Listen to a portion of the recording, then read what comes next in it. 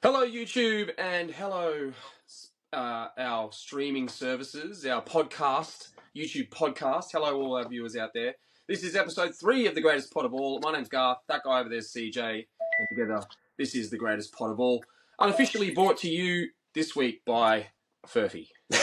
Absolutely. We both realised we both chucked on the Furphy beanie and was like, oh, we're both... Shout out to Furphy. What a Haven't drop. sponsored us yet, but they're doing good things What for a this drop. podcast because If we generally just we've had 2 or 3 before the podcast gets started. So. Yeah. If we just keep saying we love them, we'll eventually jump on board and give two average blokes a carton of beer at least or something. Yeah, I mean we've probably put them in profit for the best part of 3. I know I put them in profit during COVID. I know that for a fact. Yeah. I went through a real Furphy phase where I was just drinking it all the time, couldn't get enough. If it's on tap, I'll go for it. I love a good Furphy. Yeah. If it's on tap, I'll go for it. So absolutely, yeah. and it's on tap at GMHBA too. So It goes down real smooth when you're at the game, having a few Furfies. That's for sure. You'll be on tap at the Shaftston, mate, next week when the Cats come up to the Gabba. I won't get there. I've got other commitments, but I'm sure you'll have a Furphy or 2 for me. Yeah. I know you'll do that for me. I know you're a good bloke and you'll look after me there. So. I'll do my bit, mate. I'll do what I can. All right, so let's get into some chats, man. I mean, let's obviously talk about the biggest news of the week, which is my debut with the Ormo Bulldogs. Oh, it was good, wasn't it? How'd you rate me? How did I go? Mate, I honestly think you're in the top 5 in the votes. I'm not even... I think you were. That's good. I'll take that. Top 5's not bad. For those who don't know, we haven't heard the other ones. I haven't played a game of footy for 16 years. I'm an old codger. I should be playing in the Masters. And these young blokes just said, yeah, you get a game. I was like, come on, mate. And I played off a half-back flank, Tommy Stewart style. Had the hair flowing, had a few kick-outs. Pleasantly surprised. I think I got double figures in possessions. You did. Yeah, you certainly did. Couple of intercept marks. Tried to switch the play a bit. Got a few kicked on me, but that was late in the game when I'd run out of legs and the calf was getting a bit tight, and the young fella had a few more legs than me, but he got a couple of sneaky ones over the back, but that happens. But all in all, it was a pretty good game from us, the Bulldogs. I was very impressed with our first 3 quarters. We took it to the top 3? Yeah, top 3. Yeah. Good team, man. They were real good. I was very impressed with their forwards, and they hit up the lead beautifully. Like if you gave them clean ball, they didn't miss a target when it went inside 50. They were very, very good hitting up a lead. So that's obviously something they've got as a strength. Some of those boys have played footy together for 5 or 6 years, and it definitely showed. Yeah. But we're as a side we're building, which is what you can see. But it just goes to show that you just got to be harder for longer to win games of footy, and that's really what it came down to. So we had a good 3 quarters. Very good. But yeah, we just couldn't finish strong in the end. So, something to build on, and we're back up there this week at Morningside, aren't we, tomorrow? So yeah, tomorrow night. Versus the Saints tomorrow, mate. Yeah. I'm battling a bit of a cold, so I'm not 100, but I'll get myself over the line and hopefully roam around half back again and maybe get a few touches. Hopefully, back it up. You'll be fine, mate. Just a cup of Bovril and you'll be fine. Yes. All right. So let's get into the pod, man. So what we like to do for those watching for the first time is we like to break it down in our pod episodes. So we talk about the big news in the AFL at the moment, and sometimes we like to talk a bit of news that's happening with the Cats as well. Probably take not too many guesses to work out what we're going to be talking about, the big news this week. And then we like to talk about a bit of review from the game from last week for the Cats. We'll do a preview of the week coming up with the Cats playing the Bombers this week. And we talk about the preview of the game, but we also talk about what we'd like to see happen with the Cats in the next round. And then also we finish off with a bit of something random. So randomizer. Not footy related at all. So that's the podcast. Let's get stuck in. The big news. Give you one guess what we're going to talk about. It's the Suns. Now, I think we actually started talking about this last week with the Suns and what the writing was on the wall, and then within a week, pulled the pin. He's gone. What'd you make of the Suns news? Can you be blindsided but also see something coming a mile away? Yeah, I mean, he couldn't have been. It's a funny one because people will say he shouldn't have been surprised, but also the same week that he got the can, he also got the backing of the board, and that's never a good sign. But from what he was told, no, don't worry, keep doing a good job. If the results speak for themselves, you'll be fine. And then within a week, they changed their mind and he was gone. Yeah, well, I think that. Well, I'll ask you the question. Was it fair that he's gone? Is it the If right they were call? going to sack him, they should have sacked him 2 weeks ago. Yeah. I mean, it seems that if you're a conspiracy theorist, it sounds a bit too convenient that Hardwick leaves the Tigers. 2 weeks later or so, he's saying, "Oh, I really miss coaching and I'd love to get back into it." And within that period of time, Jew's gone. So you put 1 and 1 together and you get 3, and you work out probably Hardwick was probably being spoken to behind the scenes before they made the decision. I don't think they would have pulled the pin unless they had Hardwick 99.9% lined up. He must almost be a sure thing. But look, the thing about Stuart Jew is, and I've done a good look into this because it just seems to be a trend, and obviously we're going to discuss it. But excuse me 1 second. Hydration is very important. Very important. Look, you got to get all your fluids in before the game, mate. There's water in Furphy too. So yeah, there is one of the best. So look, my thing on this whole Stuart Jew thing is I don't agree with coaches getting sacked with 8 or 9 games to go. And as it stands, the Suns with the game against the Saints this weekend, they've got 7 games to go. 3 of those are at Heritage Bank Stadium, so 3 home games. So if they win that, could possibly be in the 8. And then 1 very winnable game against the Kangaroos, we would think. So generally around this time of year, it's obviously a bit tighter this year, but I think a trend that we've seen in footy has been that the top 8 is generally fixed by this time of year. By this time, yeah. Not this Obviously, year. footy is getting a lot more competitive. The competition is getting tighter. So I get that part of it. But if you're going to sack a coach, just pull the trigger. Don't come out in the media and say that you're backing him in. He's got a contract for next year. Because the contracts don't mean shit. No, they contracts mean nothing in football anymore. Well, more to be fair, they tend to be broken and switched less likely in the AFL than say the NRL. So we both live in Queensland. The NRL, like, it's not worth the paper it's written on. I mean, they switch teams mid-season. They make deals 2 years in advance while they're still playing for one team, and they've signed a contract to go somewhere else in 2 years' time. Coaches are gone like that. Yeah.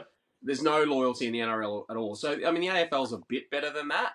But I wouldn't be surprised if that came into the AFL, though, in the next 5 years, mid-season trades and those things. They're pushing for it, yeah, definitely.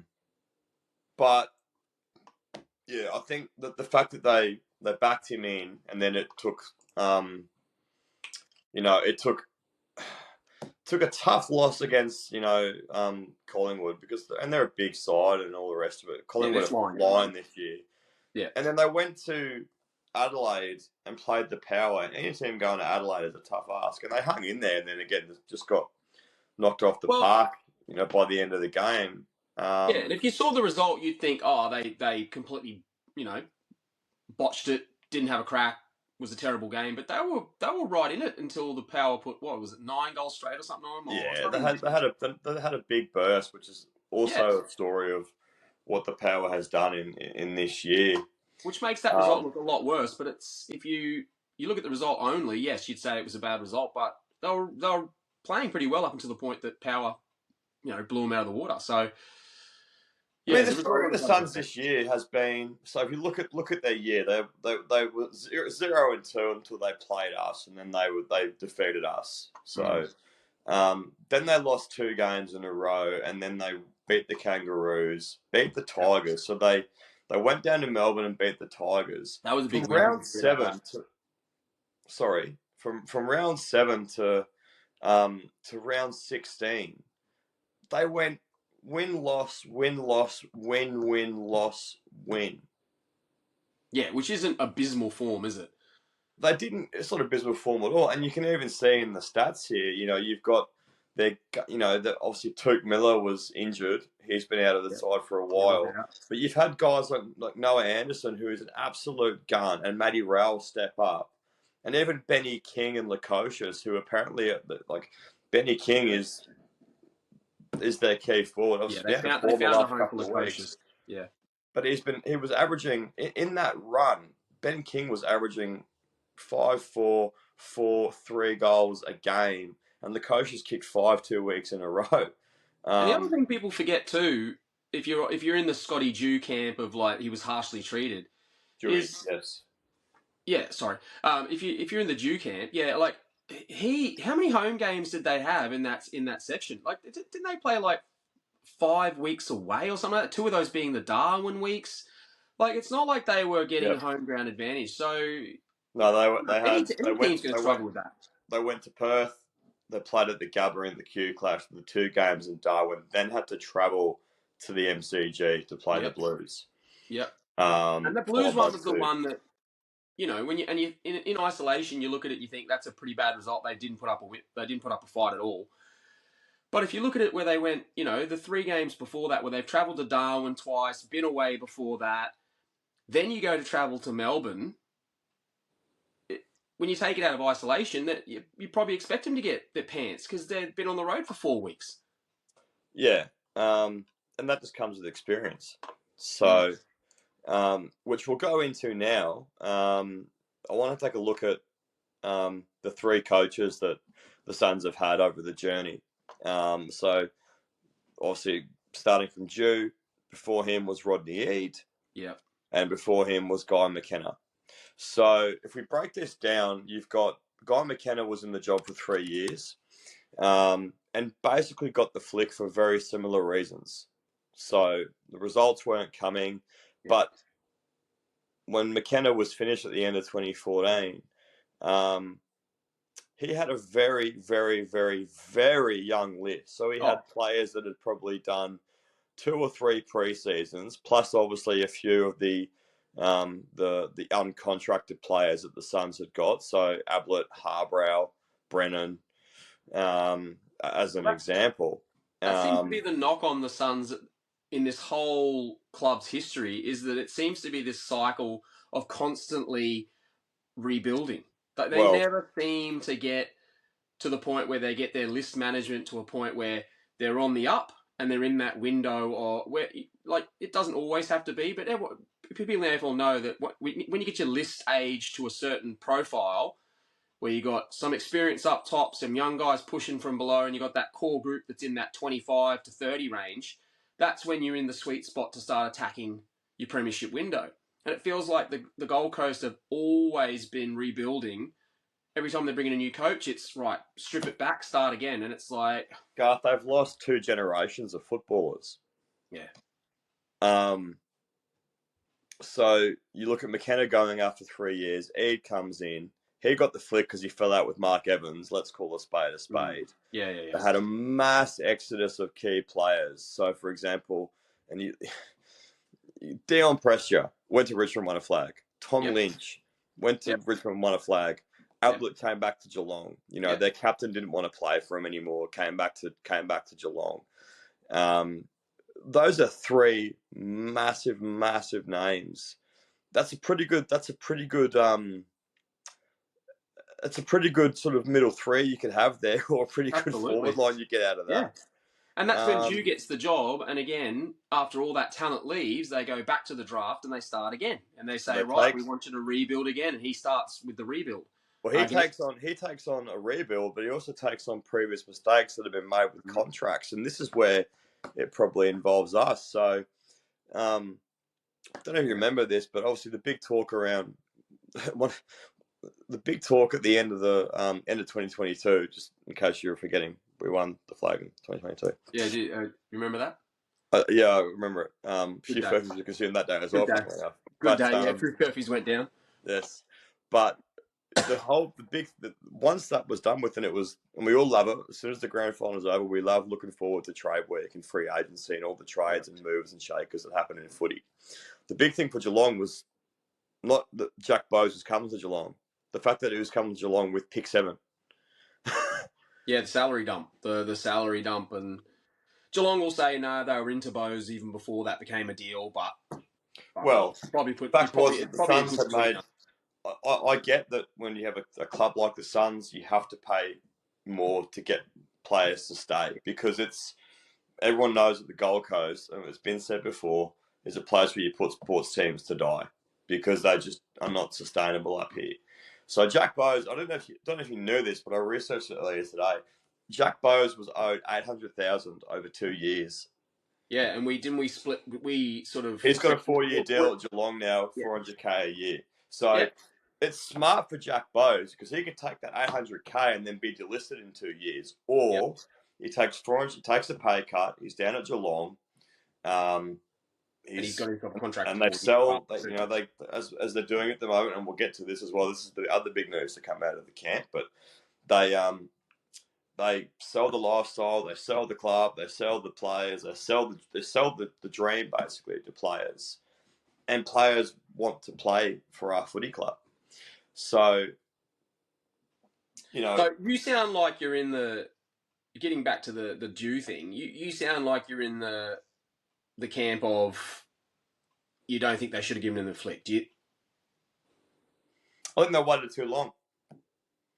Yeah, right. So you think he should have still got the flick, but 2 weeks too late. Don't let him keep coaching when you know you've already made the decision. They shouldn't have renewed him 2 years ago. This is what they would think. I didn't think it was the right call to renew him back then. I mean, I didn't. I could see you as the rebuild coach when you got these young guys and you want to teach them to play a certain way and you just want to get games into them. But he's not the guy to take you into finals and into premiership window sort of type territory, is he? I don't think he's that coach. Well, the Suns cannot say. So, at the time this has happened, but the narrative for the last 18 months to 2 years has been, Clarko's going to Melbourne, then he's going to the Suns. Now he's going to there were names dropped for Jew's job a month after his contract was renewed. I mean, was it a case of? Do you think it was a case of they went after those guys behind the scenes, clearly got knocked back, and then went, well, we might as well stick with what we know? Is that why he got the contract? Just not a better option out there, and didn't want to be seen to be dumping him for another untried coach, so they just went, we'll just stick fat with what we got. I think they probably saw that there was a few players that the Suns had re-signed. I'm certain that those few, there's a direct correlation and effect there.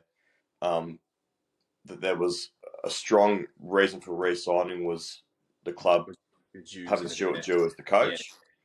But obviously, when it's a results business and results don't go your way, even if those relationships are there, and I'm certain there was also some friction with some of the playing group towards Jew, and it's all come out that someone's, ratted to get the story out.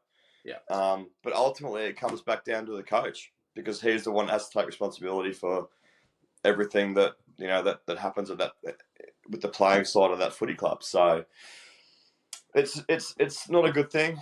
I always rated Stewie Jew as a player. Yeah. He's a premiership player, which I think is a big thing for coaches these days. Yeah. But look, at the end of the day, I think the Suns would have seen other clubs out there. Now the Clarkson thing hasn't worked yet, so we can't really judge that. But you've got the Brad Scott thing happening where you see a list like Essendon's, for example, who probably have underachieved for a while now, for a long time. The standards haven't been set. Brad Scott comes in and puts an absolute grenade under that group and teaches them the right way, and they're sitting fifth. So surely the Suns see that and think, is our list worse than Essendon's? Probably not. Is it going to be better than Essendon's in the future? Probably. We need someone who can actually get the best out of this group, because clearly Dew isn't getting the best out of this playing group. He's either the standards are too easy on them. It's this kind of like Gold Coast mentality of like, nah, they'll come good, but you need someone to drive standards, and you need someone to actually coach this team the right way. And I just don't think Dew did that. And also, they've learnt their lesson that they missed out on the big guns when they had a chance to get them last year, or 18 months ago. They're not going to make the same mistake again. It's a no-brainer that they've had the conversations with Hardwick already, and he's a lock to coach them next year. The only reason he's not going to be coached is if he does a backflip and decides, it gets a bit, dips his toes in and goes, you know what? It's not what I thought it was going to be. But there's no reason he's not going there. They've 100% had the talk to him. There's probably been a handshake. The 7 games to go. He's gone off to Europe for 6-7 weeks, apparently. So the other thing is, the AFL owns, because you guarantee if he was around for this, it would just look too good to be true. Absolutely. So he's going to go away and all the rest of it, and then what it does now is it gives the Suns a free pass to not make the finals. But also what it does too is it puts a few guys on notice that if someone like Dimmer comes in, that's also going to lead to shit. We're going to get coached by Damien Hardwick. Yeah, and whoever he brings along with him as well. And we looked at this as well. Like I think we talked about it obviously off the pod, but would not be surprised if Dustin Martin follows him up there. Well, the chat in the same mould, the chat is that Trent Cotchin might come to the Suns, not as a player. I mean, not in that Luke Hodge kind of mould. Bit the Sam Mitchell kind of thing, I think, if he came up here. Yeah, I think he brings someone he knows, his premiership captain, to be an assistant coach, get around these kids on the training track, show them the standards, show them the way. That's the big chat at the moment. And the other thing that people maybe don't realise is the AFL still owns the Gold Coast Suns. Mm-hmm. So if they're not behind the scenes pitching this and making sure it happens, tugging the strings, as if the AFL is not going to chip in and pay a bit of Dimmer's, pay packet.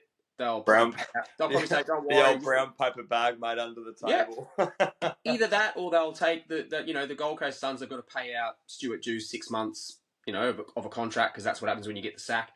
If the AFL is not saying, "Don't worry, we'll pay the Stuart Dew contract, but Dimmer's the man we want for this club because we need the Gold Coast." Dimmer Hardwick comes in, and Dustin Martin comes in, and Trent Cotchin comes in, I guarantee you the AFL will subsidise half of their respective wages outside of the soft cap. Yeah. Because they can. Yeah. Yeah. And that leads to, they obviously cracked a membership goal this year, and it leads to getting more people to could you imagine the opportunity would be to see Dustin Martin play out his last couple of years of footy? Yeah. It might be the last time you see that bloke play. You could do that for the Suns, and that's as good as buying a ticket for anybody. Yeah. I had mates who, I think we spoke to Munchie, who plays with us at Ormo, and he bought a ticket to go to the footy. You right there, mate? No, I've had a set blowout. There we go. He bought a ticket to go to the footy because it was a chance to see Buddy play. It might be his last time to see Buddy play, and then Buddy was a laid out. Yeah, exactly. Yeah, but it's true. These are the players that bring. They do. They drag people through the door. They drag people through the door for sure. Yeah, look, it's going to be interesting. I mean, I guess the thing is, people would argue that Rodney Eade was the coach that could have got them over the line, but I didn't think Eade was the right choice at the time. No. I thought he was kind of a safe option and not really a bona fide, top line coach. He'd had some good moments with the Bulldogs and the Swans, but I didn't think he was the real deal. But this is the dawn for the Suns, pun intended. I mean, I see what you did there. Yes. Yeah, thank you.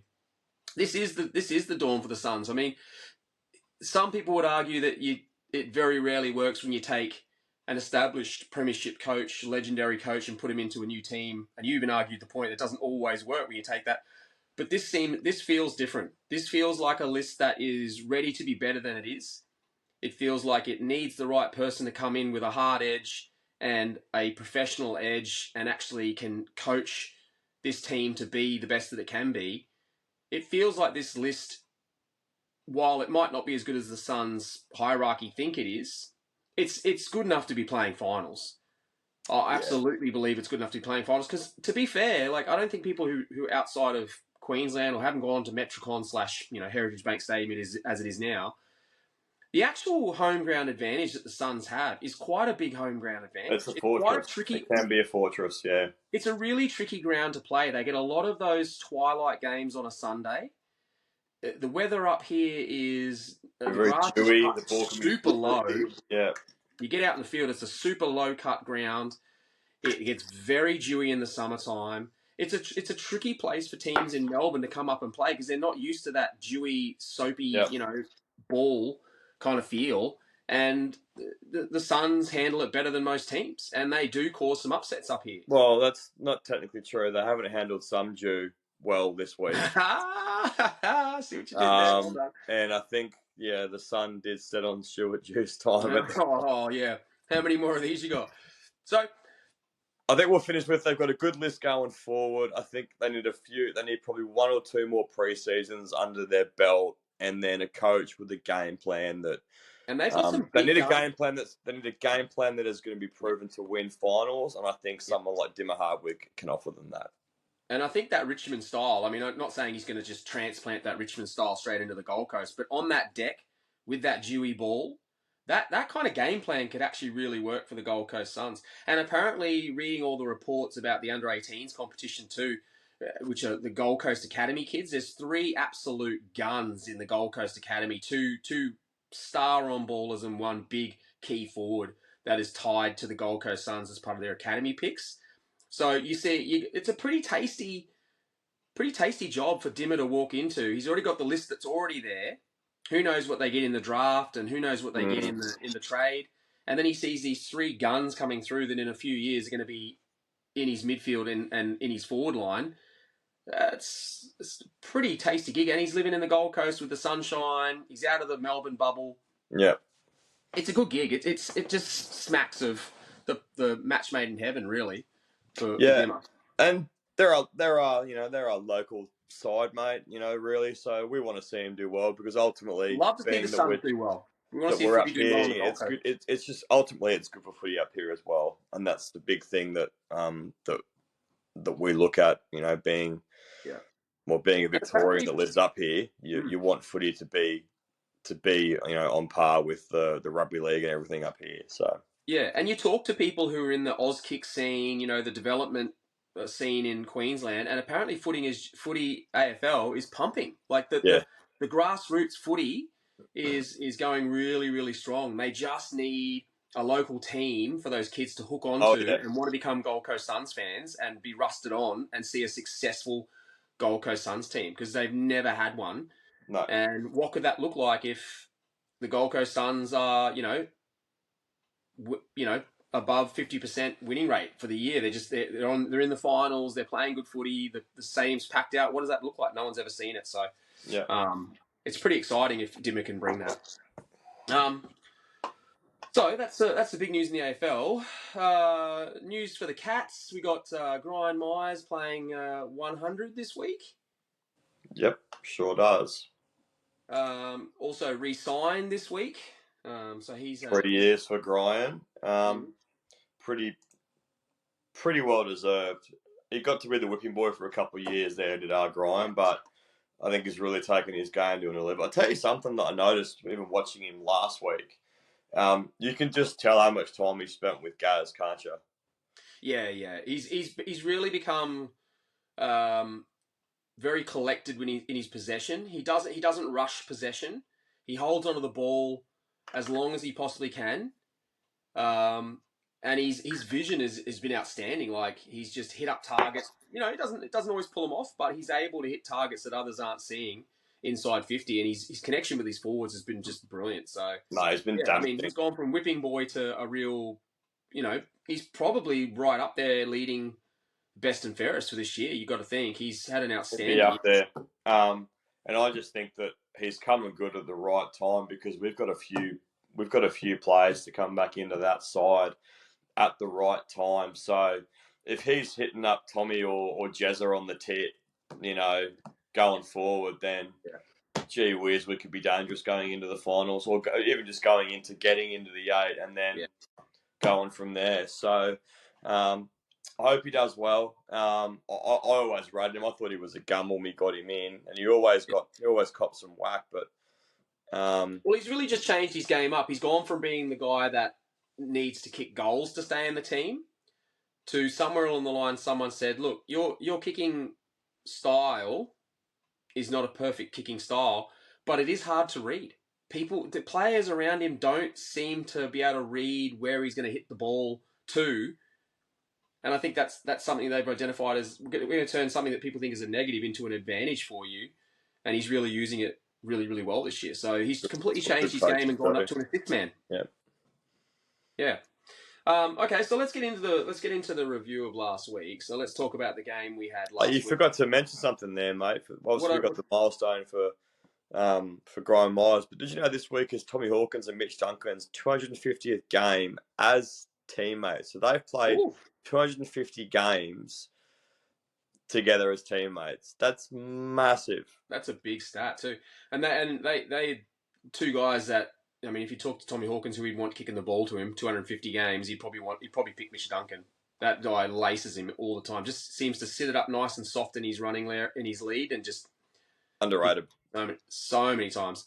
Not underrated by us, but I think by the league. I mean, he's never been All-Australian, Mitch Duncan, which is a surprise. I heard that. Never been All-Australian, even in our premiership years. No, didn't make All-Australian. I find that really surprising. Well, no, if you got to remember, he was actually the sub in the 2011 grand final. He was, but we've had some big years where we won a lot of games, and he still hasn't got a blazer. So yeah, surprising. All right, so let's get into the game last week. Probably not a lot to review because we were playing, not complete North, but North, North. North Melbourne down at GMHBA. We talked about last week in the pod. The Cats getting the cream was a bit like the Essendon game where they smacked the team and had a big win. We really just needed a big win, get through the game easily, rock up some percentage, and just kick on to the next game. It was kind of no injuries. Yeah, it was one of those ones where you just had to tick it off and get the job done. Yes. Be professional. And I think the Cats did that in the first half. I thought we were very clean and very professional in that first half. We probably took the pedal off in the second half, but job was probably done by then. What did you make of the game? No, I think it was a really good chance for a few of our, probably our guys in the side that just tried to find some form. Yeah. And I think it was great to see, obviously, Grime was involved, game high 32. Stengel kicking 5. That was Stengel my was cream. big. Yeah, he needs some confidence. If he can come in and kick 5, we've obviously got a couple more games down there at GMHBA, so that's huge.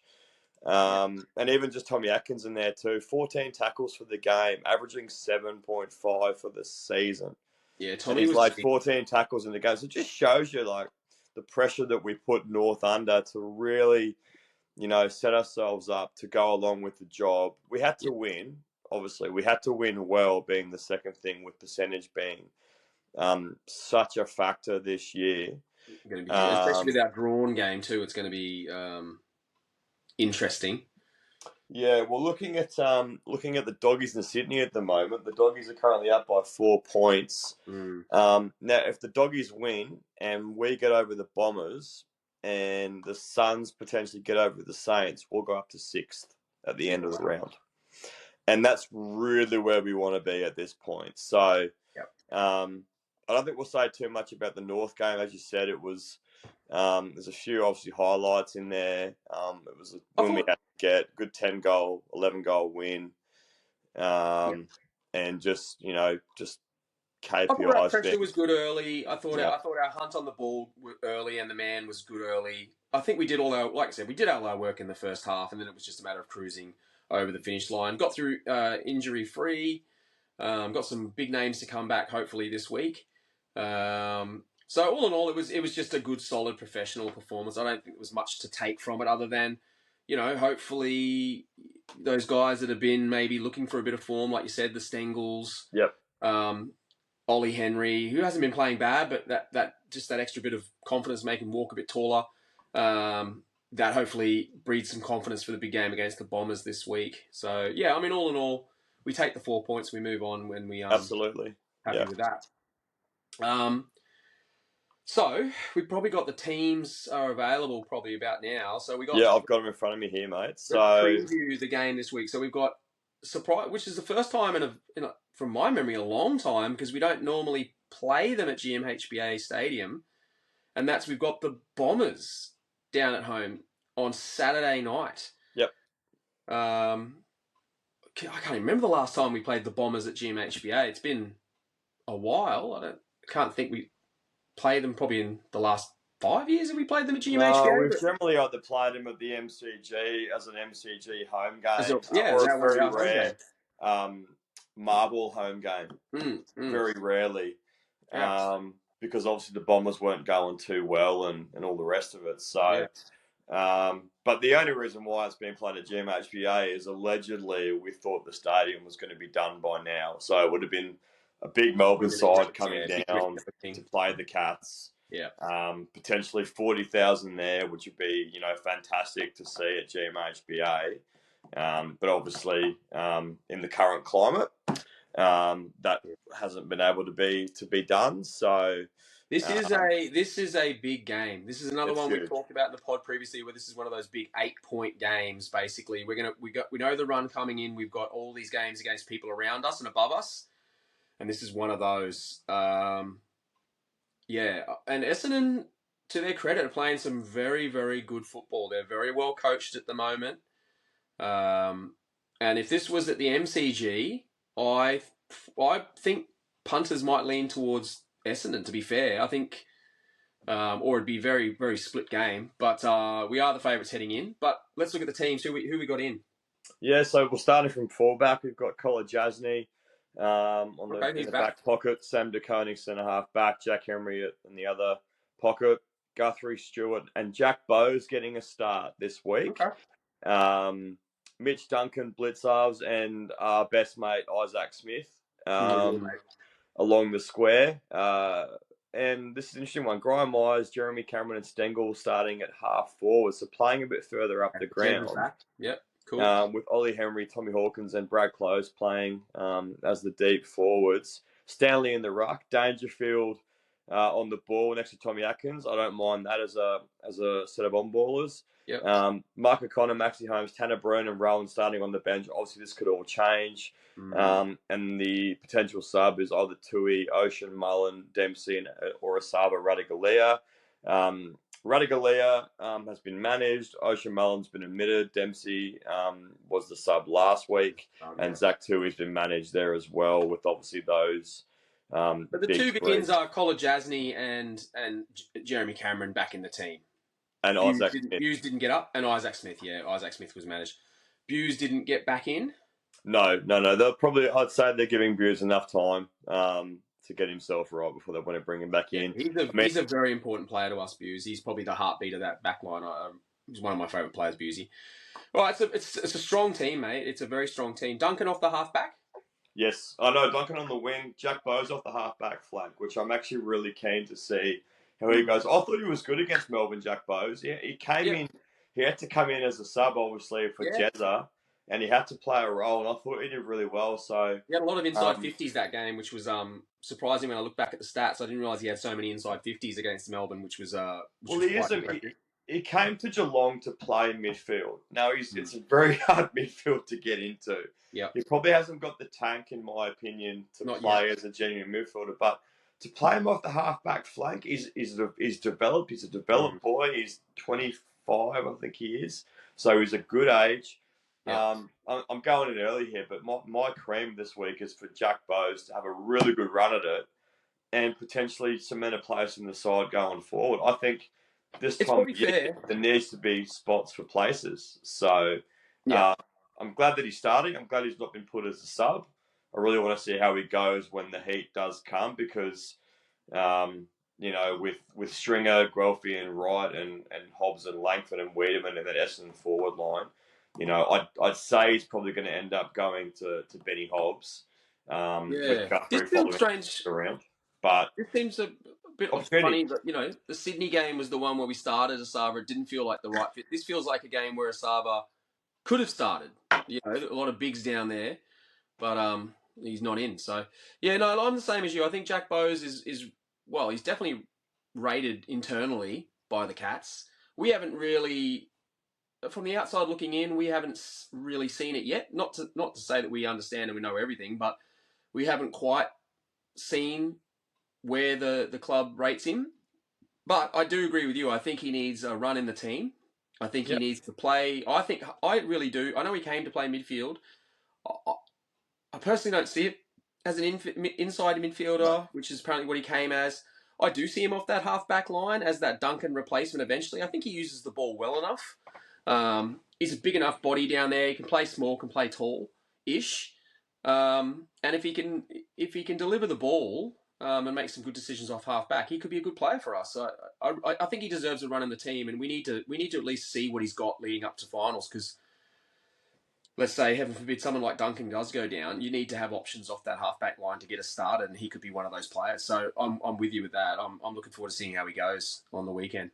And the time of year too, the heat's going to come with these games because so many teams are just playing for spots now in that top 8. So it's going to be finals like, I think, the next couple of weeks. It's So like I said, it's an 8-point game. It's a big game. I'm glad it's at home. and he needs, I think we have the luxury of when we can play games at GMHBA, we can try things differently because we do play that ground so well as a side collectively. Yeah. So, but I hope he does well. I hope he, they get the result out of him I think they're putting a lot of faith in him to start him, which is great. Yeah. But I think he's obviously earned his spot.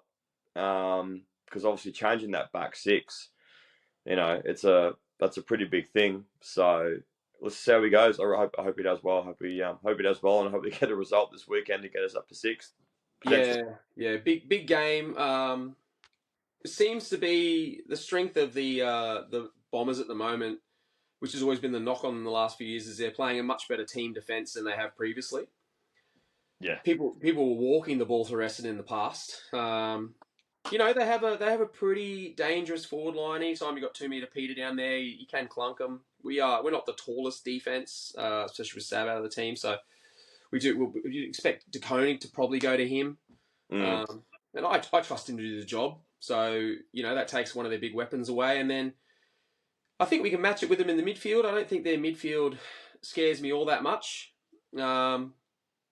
And our forward line with Hawkins and Cameron back in the team, he's got to be chomping at the bit to come back in and, he was a bit quiet before the injury, before the concussion. So, he's had the solid, three off now. So 3 weeks, yeah. You really want to see Jezza build in some big form now.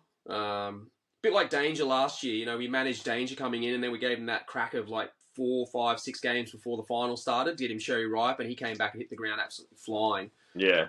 You'd love to see something like that from Jeremy Cameron in this game. But, we should be confident of getting a win. We should be not expecting to get the win, but we should be very confident. No, we have to go out there and we have to be on from the word go. Yeah. So the Bombers will be coming to look for an upset. They're not scared. They'd be full of confidence. They'd be coming down thinking we're a chance here. Which I think most teams look at us now and think Geelong's not going as well as they were last year. They're not the team they were. It's a real statement game. We come out and just put a line in the sand and thump this mob, and suddenly the competition goes, Okay. We've got something to worry about here, you know, and it really, I think it almost feels like the team is looking for that game too, where they just go, oh yeah, we do still have it. I think the talk is there that, you know, we're going to be dangerous if we get in, we're going to do this, we're going to do that, but I think we need the statement game to sort of say, oh yeah, no, that was words, this is action. It's another side in the top 8 that we need to knock over. Yeah. Because we're ultimately potentially going to play them again in the finals. Yeah. And look, we just got to get in. We've talked about this before, where that bottom part of the 8 is a lot of Melbourne teams. Yes. So it doesn't really matter where we finish in that team. We don't get home finals anyway, thank you, AFL. We don't get home finals, not at least till hopefully the ground's finished. So we're going to play a Melbourne game anyway, whether it be Marvel or whether it be MCG. So it doesn't matter. We just got to get in. And these are the games we've got to win to get in. So hopefully we can get it done. So we may get a home final if we end up playing someone like, you know, like Brisbane or Port, maybe. But maybe. It's unlikely, but you never know. Unlikely. All right, so what do we talk about? We always talk about cats get the cream. So this is, ooh, yeah, cream of the crop. We need a Randy Savage thing going across the screen. We need a Randy Savage in blue and white, just across. Yeah. Remember, we're in beta. We're in beta mode, mate. This is all leading up. But we'll get there. So cream of the crop basically is how the cats get the cream. We want the win, obviously. You've already gone with yours early, which is I have, mate. Mate, because I mean I did go early, but I mean I think it was relevant. So your call for the the cream, cream of the crop. Go, buddy. What do you got for me this week? I think we're going to start. I think this is almost a bit like we said before. I think the cream of the crop is a statement game. I think it's time to flex some muscle. If we're serious and we're going to start putting this competition on notice, and if we're any chance this year to really start having a go, this feels like a statement game. So I feel like I really want to see a strong performance from us, and not a close game or a tight game against the Bombers. A real strong statement game.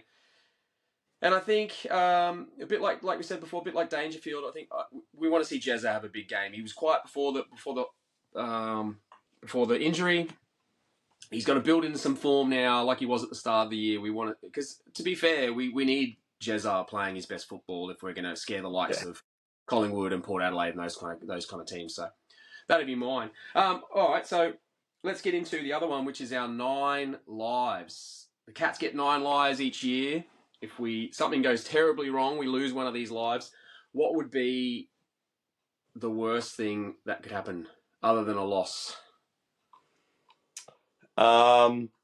Well, coming out hard for 3 quarters and then getting run over in the last. Oof.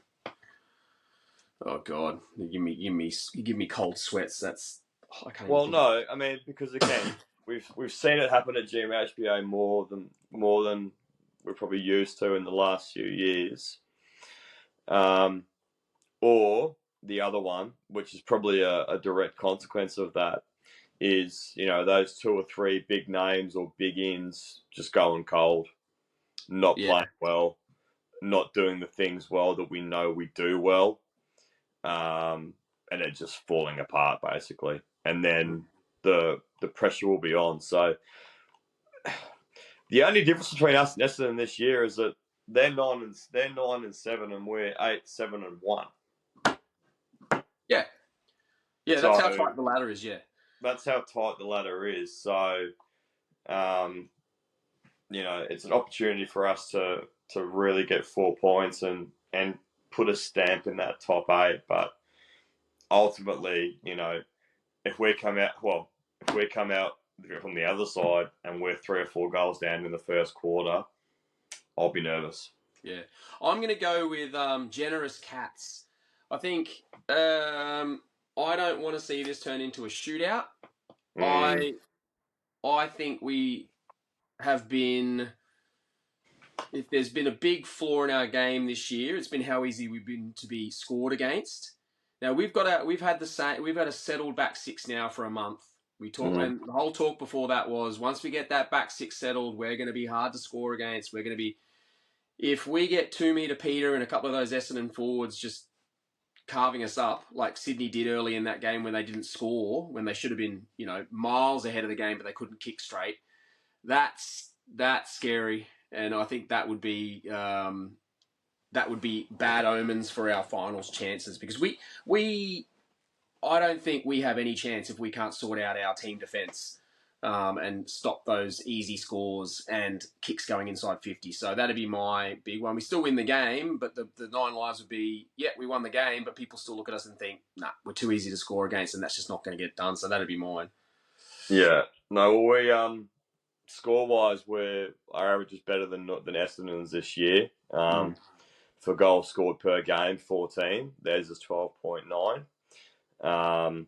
And just shy of 11 behinds per game to theirs over 11. So with those stats, it's pretty close on both sides. I think it's just going to come down to who wants the ball, who's the one percenters, the tackles, the spoils, the clear ups. Well, I'm with you. I think they're going to be. I think Essendon smells blood. I think they're really. I think they think they're a chance. I think they got a sniff, and they would be feeling very, very confident about coming down and putting their best footy together is going to be good enough. Yeah. So we can't start slow against Essendon. I think it's going to be a cracking game. And normally you just chalk it up as Geelong wins at home, but I don't get that vibe against Essendon. I don't think they're scared of us. I don't think we got the aura we had last year, and I think they're coming down with every chance. So going to be a big game, man. 100%. But if we get up, just move on to next week. Yeah. Absolutely. Golf clap and move on. Don't get too excited. We still take the 4 points, but yeah. We want to.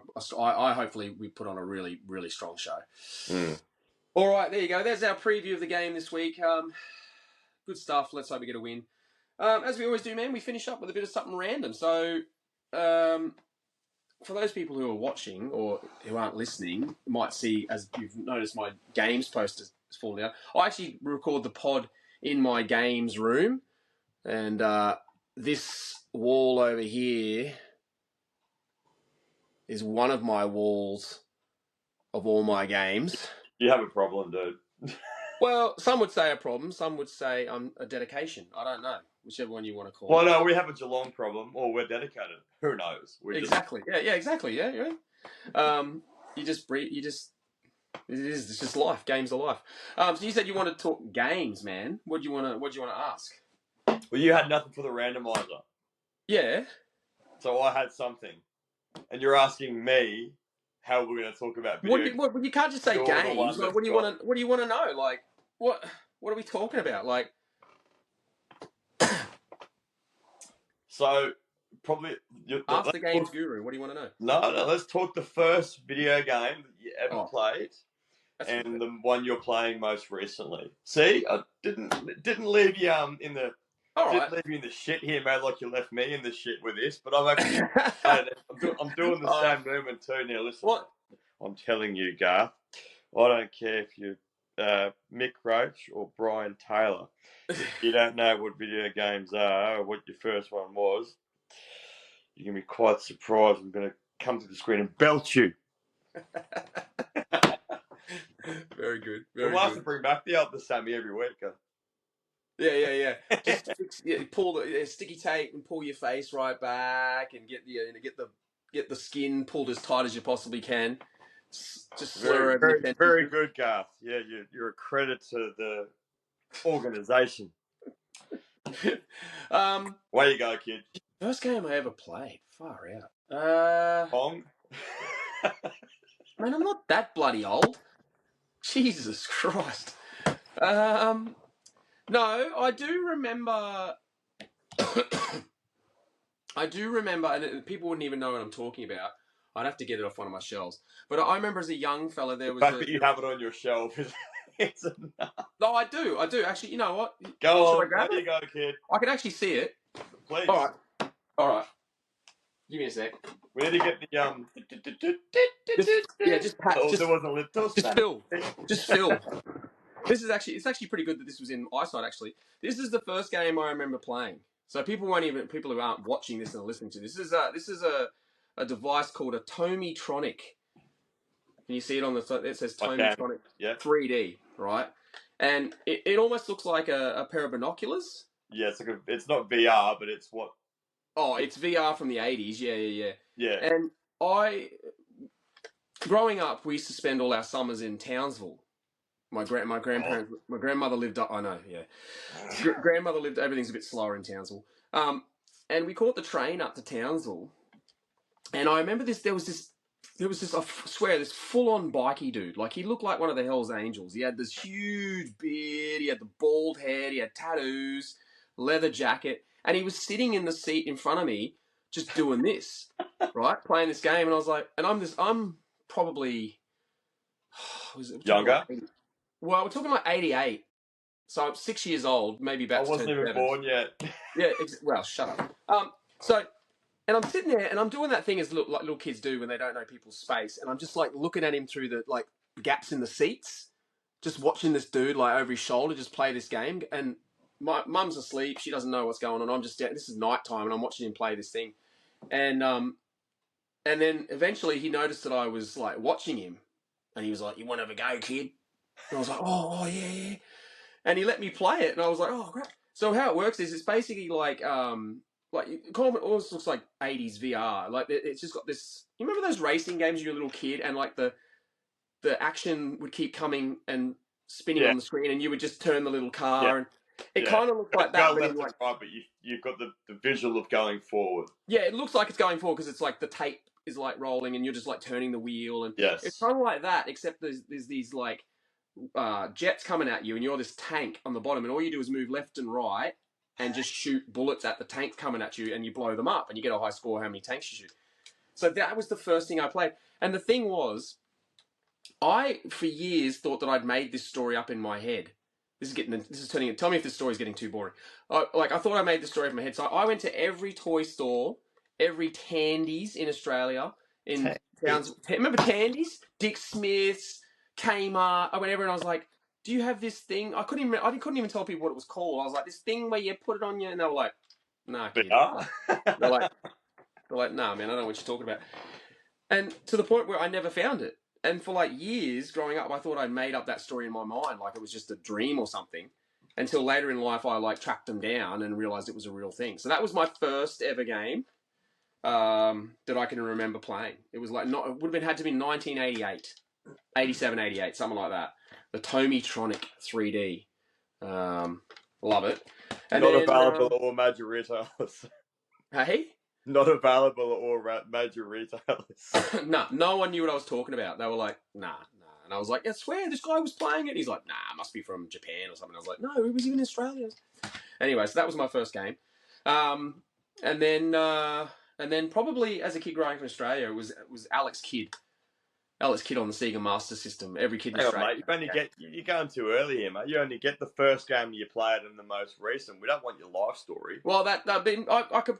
Those two are kind of like hand in hand. I thought probably about the Okay. same time. But Alex Kidd, Sorry, everyone had Alex Kidd. my apologies, Garth. Please do continue. Yeah, do continue. Yeah. So that was me. And then what am I playing now? Like everyone else, man. I'm playing Zelda. Just everyone's playing Zelda at the moment. I'm not playing Zelda. Playing a ton of that. Yeah. Is that pre-game too? Like, is that your pre-game warm-up too? Is that something you do to bring yourself down pre-game to get up and about to play video games? Is that something that you like to do, or Nah, not really. Although people always like, I'm one of those people that they go, "Oh, have you seen such and such TV show, or have you watched this?" And I go, "I don't watch TV." Like if no? I'm going to sit and stare at a TV, I come into my games room or I go play the PS5 and I play that. No, so Like I don't know I'm not. any TV. Like people go, "Did you see this on the?" I was like, I don't know what you're talking about. I don't No. watch TV. I don't know the latest TV shows. I don't know movies. I don't like. Yeah, if I'm going to stare at a TV, I might as well play video games. That's it. That's my thing. But yeah, I agree. what about you, man? Do you have it? You're probably going to say something like from 2000 as your first game because I'm old. But what was yours? No. So the first video game that I actually played was there was a couple. So my cousin, who was probably the first sort of major influence on me when I was a kid. So he was about 15. I would have been about 6. So younger, but we were still pretty tight. And he had a SNES system. Oh yeah, Super NES. Yeah, yeah, This is mid-90s. So is that yeah, about right? Yeah. yeah. 93. Well, So it's the Australia square 94, controller with 95. the A, B, the orange button. Yeah, yeah, yeah, yeah, yeah, Yeah. yeah. So we had that, and obviously it was Super Mario. So Oh, Super Mario World. Yes. I couldn't tell you which one it was, mate. The one But where you jump on one where Yoshi. you jump on the turtles, and then you get the thing where you Yeah. can become a fireman and you can shoot fire at them and all Yeah, that. yeah, yeah. Yeah, you Yeah. jump on Yoshi. That was when they first fought Yoshi, and everyone just lost their mind. Yeah, yeah, yeah. It was like And then it the was a other game one that. was he had the big orange gun, and you could shoot the ducks on this duck hunter. Oh, you're not talking about Super Nintendo. You're talking about Nintendo. It might be, but I mean, Two buttons. this is 1995. We're talking, dude. This is like Oh when no, I first no, come back. 95 was Super NES. But did the controller have 2 buttons or 4 buttons? 4 different colors. Two. 2. Yeah, that's Nintendo. Yeah, Okay, yeah, so it yeah. was That would have been Nintendo the original bigger, Mario. and then And then Duck Hunt was the game you're talking about. Duck Where you Hunt. shoot it. Yeah, Yes. Duck Hunt. So Yeah. and we played the shit out of that, dude. Oh yeah, And Duck then Hunt, man. a couple of years, as like we got better at that, one day came around and the N64 is sitting right there, Oh, and we played the daylights out of GoldenEye. oh yeah, yeah, yeah. We played the co-op where I'd shoot my sister. My sister would always get caught trying to run away from the wall and not work, so she's shooting the wall, and I always knew where the golden gun was, so I just go up behind her and shoot her, and then run Oh away, man. and the whole Goldeneye, deal. Goldeneye was Goldeneye was LAN parties before LAN parties were a thing. Like 4 controllers GoldenEye plugged into was, that thing, split screen on the TV, everyone huddled in together playing Goldeneye. Oh mate, man. with and it was you had $20 on the side. You ordered Pizza Hut. Oh man. You know, you just that was your night. You were sorted. So I remember that, those nostalgic nights where like Friday you finish school, you come round to your mate's place, pizza, Blockbuster Video, Nintendo 64. Oh man, like take me back to those days, man. there's Life kids was today simple. don't know they're born, mate. Is all I'm going to Uh, say. simpler times. Simpler times. And then at the moment, I've got probably three in front of me here that I'm playing in between at the moment. So the first one I'm playing is because obviously I was overseas for a while, mate. So I was away. Oh yeah, yeah, you Mate have no Jeremy, Yeah, yeah. who you know, and Mhm. he politely, graciously offered to look after the PlayStation 5 Oh, while of I was course you did. Yeah, overseas. yeah, yeah. He's a good Imagine that was bloke. a hard sell. So Yeah, so yeah, yeah. obviously when I got back, you know, I hadn't really been able to play lots of video games, and we had to move house too. So since we moved in, which you also got to come and check out, mate, as well. Yeah, yeah, yeah. Next time I'm down the coast, I'm coming round. So I've been able to actually, now that I'm back in my routine with work, I work in the mornings, and I've got the rest of the day free. I do my gym and all the rest of it. I generally get on the gaming in the afternoon, evening. So I've got three that I'm sort of going in between at the moment. First one is Gotham Knight, the Oh Batman yeah. co-op one, Oh which I'm yeah. enjoying.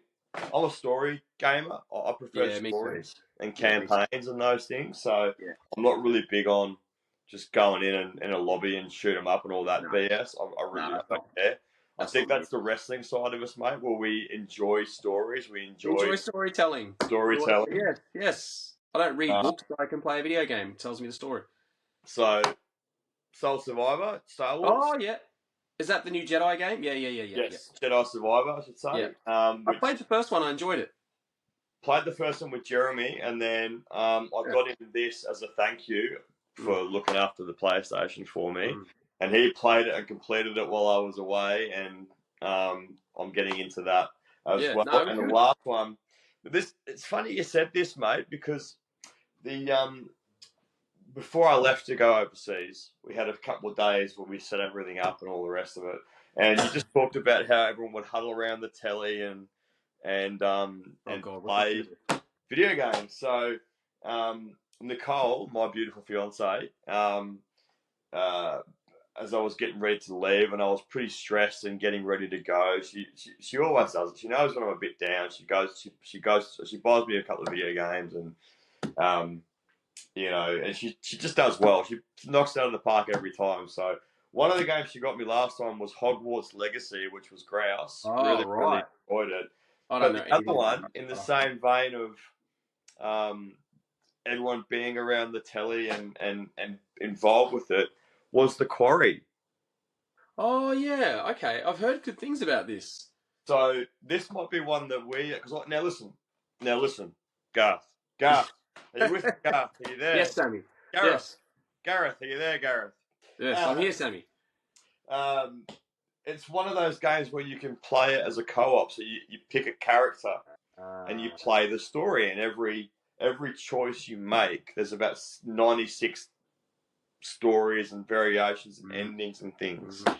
So we the night before I left to go to the UK, we're all sitting on the couch at Jeremy's place. We all picked a character, and when it was that person's turn, the controller was handed over, and we had the snacks there and all the Oh, rest of very it. good. And we were up till like 3 in the morning playing this thing because we just got so invested in it. So, No, I've heard good things. what I'm waiting to get another group together. So there might be yourself and Nicole again. The I'm down for quarry. that. We I'm might down have for that. to get Yeah. something going there, mate. When I get Zelda done, I probably want to jump back into some retro. So I'll probably come in my games room and play something older. I like to sort of mix it up. I go from new to old, new to old. Otherwise, I find myself not coming to the games room very often. So yeah. Well, Gareth, we have a co-op mode here where we can play as That's as retro as it multiple gets, Sammy. multiple characters, Gareth. I tell you, I'm not making this up. I tell you this, I'm not making it up. What are we talking about? Listen, Gareth. Is this the end of the We pod, might be Sammy? on that. That might be the next thing we do, mate. Is we might have to do a bit of a maybe a stream on your channels. Oh yes, yes. For that, I do have a YouTube channel where I do with another mate where And we do video that games. makes Yes, it a very entertaining stream, Gareth. yes. The What's Den Boys, if you want to check what's that your out. middle name, by the way? Yes. All right, cool. That sounds Hey, good to me, man. what's your middle name, by the way? Just Hey. your middle name. No, well, not no. That's You've got T and C. I was hoping it was F, so we have your name as GFC. I was hoping. no. That's a secret that will never be revealed. I won't be revealing that one. I hate my middle name. I'll get it out of I'll get you off the product. yeah, mate, I'll get it out of here. Yeah. All right, dude. There we go. Another one in the can. Another For those great. people watching, yep. Thanks for watching, guys. Like I said, we're just mucking around with this. We're having a bit of fun. So, yeah, give us some There's feedback. basically Garth and I in a room, in different rooms, with the red light on. This is normally stuff we talk about when there's no cameras, no Yeah, phone. we just thought, why not have a bit of fun and just sit around and rap and just put it online? Why not? And it is the greatest pod of all. So Greatest pot of all. I All right, want to dude. thank our sponsors, Furphy, for Oh yes, thanks, looking Furphy. after the headgear. Yeah, thanks, mate. I want to thank our special guests, Sam Newman, Thanks, Sammy. Jimmy Brayshaw in there as well. Anybody you want to thank, Garthy, before we wrap this thing up tonight? Oh, just me, myself, and I. I thought I went all right tonight. 3 votes myself, probably. Yeah, they're all good blokes. Those blokes. Yeah. Them and we hope the Cats get up. Also, hope the Doggies get up tomorrow against the mighty Saints. Hope I get up tomorrow. That's on. Get rid of this bloody cough. Hope I get up. Just to finish this, mate. You tell the heartwarming story about getting your jumper last week before we wrap this thing up. I didn't get any sort of quick story to finish. I didn't get any ceremony. I thought someone from the club would be there to present my jersey like they do in the baggy green when they get their baggy green. Not on Friday night footy, mate. I got nothing. I was hanging a piss in the trough while someone was like, "Yeah, no, here's Garth's jersey." I was like, "Oh, I'm hanging it." I got a clap. I never been clapped for taking a piss before, so that was pretty good. But I did get my junior number though. That was pretty cool. So 16 was my junior number, and I got 16 on the night, so that was meant to be. So that was cool. We might have to get a photo up, mate, that we took at the end of the game. Yeah, that was cool. That was really good. And the Calves made it through the games just so hopefully they make it through another one. And he's in tomorrow, so yeah. I mean, I'm all in. All right, dude. Thanks for another pod, mate, and I'll see you tomorrow night, I guess. Pleasure, mate. Okay. Get the magnesium going, brother, and I will see you tomorrow night. This has been the greatest pod of all with Garth and CJ. He's Go been Cats. Gar. I've been Sam Newman, and Keep it, we'll everyone. catch up with you all next week. Peace. See you, mate. See you, mate. See you, bud.